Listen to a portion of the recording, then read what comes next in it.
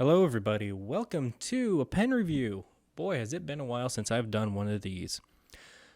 And as you notice, I have a completely new setup. I've been looking at different ways of lighting and microphone setup and camera placement and, oh hell, a whole bunch of other stuff. So I'd like to start making pen reviews again because I've only got about 60 or 70 fountain pens and I'd like to be able to talk about, well, all of them if I can.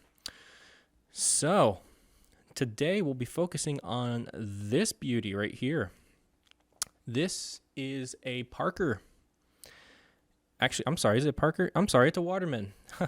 This is a Waterman number 14. And it is an absolutely gorgeous pen.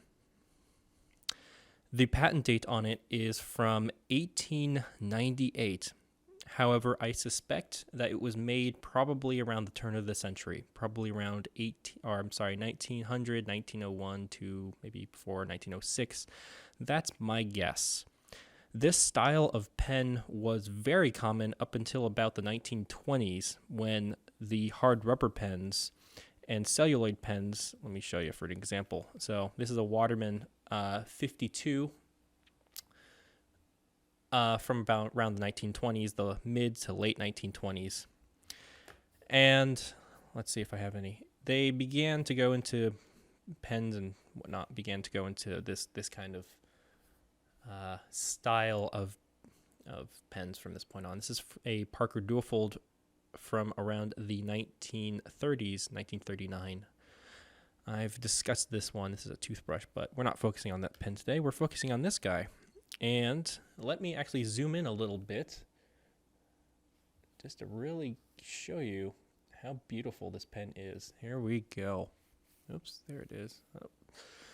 So this is completely gold overlaid, as you can see here.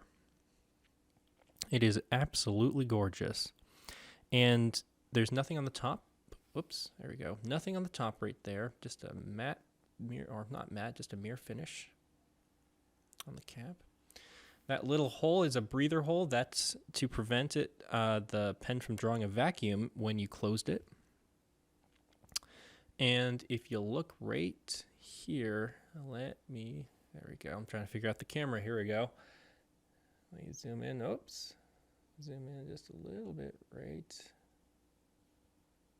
there. There we go. See if it'll focus on the edge of the cap band right here. It says Waterman's patented May 24th, 98. Right there. I'm trying to show you it the best I can. There it is. And as for, there's a little bit of personal engraving right here, which I have not been able to make out what it says. I'm just going to try to give it a little bit of a twist so you can, so if you can figure out what it says, I don't know if you can, be my guest. Let's see if I can get it as close as I can. There we go. Also gets you a little more look at the overlay as well. So what I think it says, let's see, it looks like HML from 214 NALC is what I think it says. I could be wrong. Let's see. Okay. Well, anyhow, this is the rest of the pen though. It's very nice, and it's actually a very rare pen, apparently. I picked this up at a flea market for about $40, believe it or not, in this condition.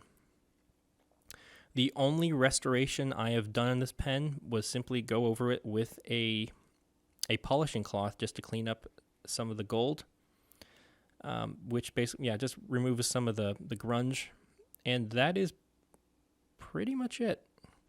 So that's enough with the outside. Oh, and also, oops, there we go. If you can read, it is a number 14. If the camera will focus. There it goes. It says number 14 on the back.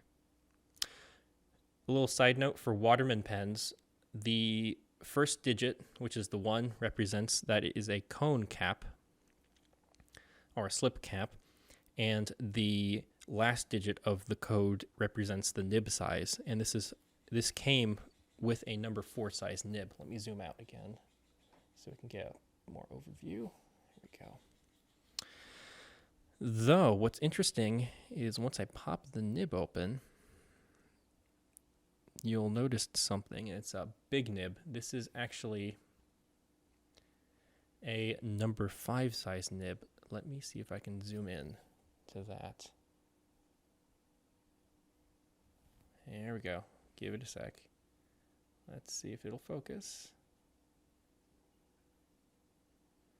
Let's see if it'll focus. Okay, I'll have to zoom out. All right, well, it's too much. Here we go. Right about there.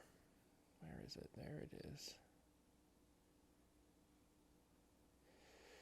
Doing the best I can. That is the nib. It is a solid gold nib. It says Waterman's Ideal, 14K. And then underneath the cap, I'll need to go off camera. It's a number 5 size nib, and it's a very big nib. It's Waterman's Ideal. There we go. There we go. Just like that.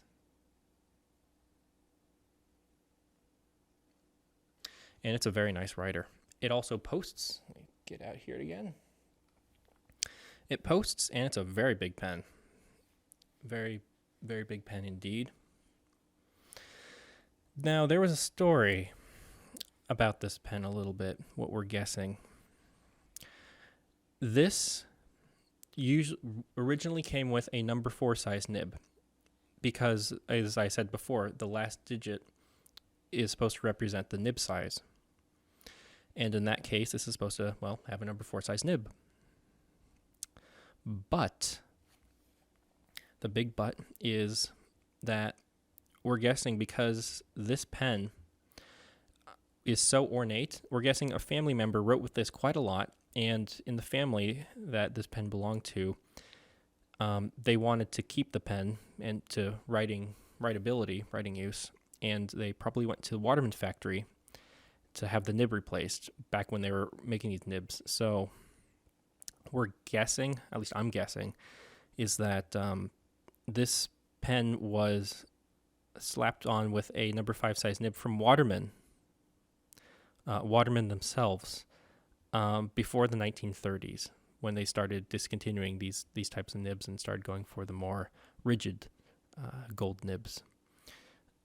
The reason they started doing that and they discontinued these types of nibs because they couldn't, they were so thin, and the warranties wouldn't cover any broken nibs. I mean, they were very flexible, and they didn't last very long. So that's why I'm guessing that this pen was probably slapped on with a number 5 size nib. And the nib tipping on here, by the way, is very new. It doesn't look like it's been written with a lot at all. So I'm guessing they put on a nib, wrote with it for a little bit, maybe a couple family members wrote with it just a little bit, and then probably just kept away in a drawer and never seen again. Probably as a relic, and then until the family member passed away, which would have made sense because in the 1930s, when this nib may have been replaced, if we go back to, because estate sales and how that works, and I mean the people who were born around 1930s or whatnot have passed away, and they probably left this behind. The older generation is, they're in their 80s or 90s at this point, so it makes sense that this pen may have been in a drawer of a family member. I hope that makes sense. Anyway, let's do a little bit of writing with it. I have it inked up, and I'm using Clairefontaine paper. And let's do a little bit of writing with it.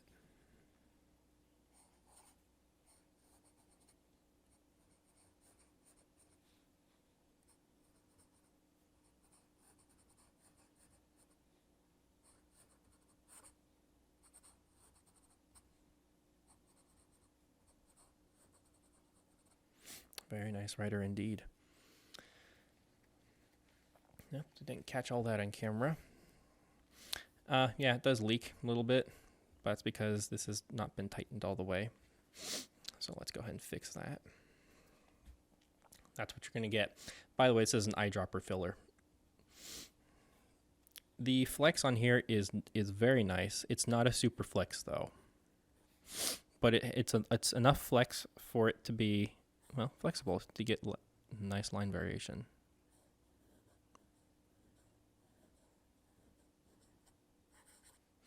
And of course, very wet indeed. Like really, like very wet.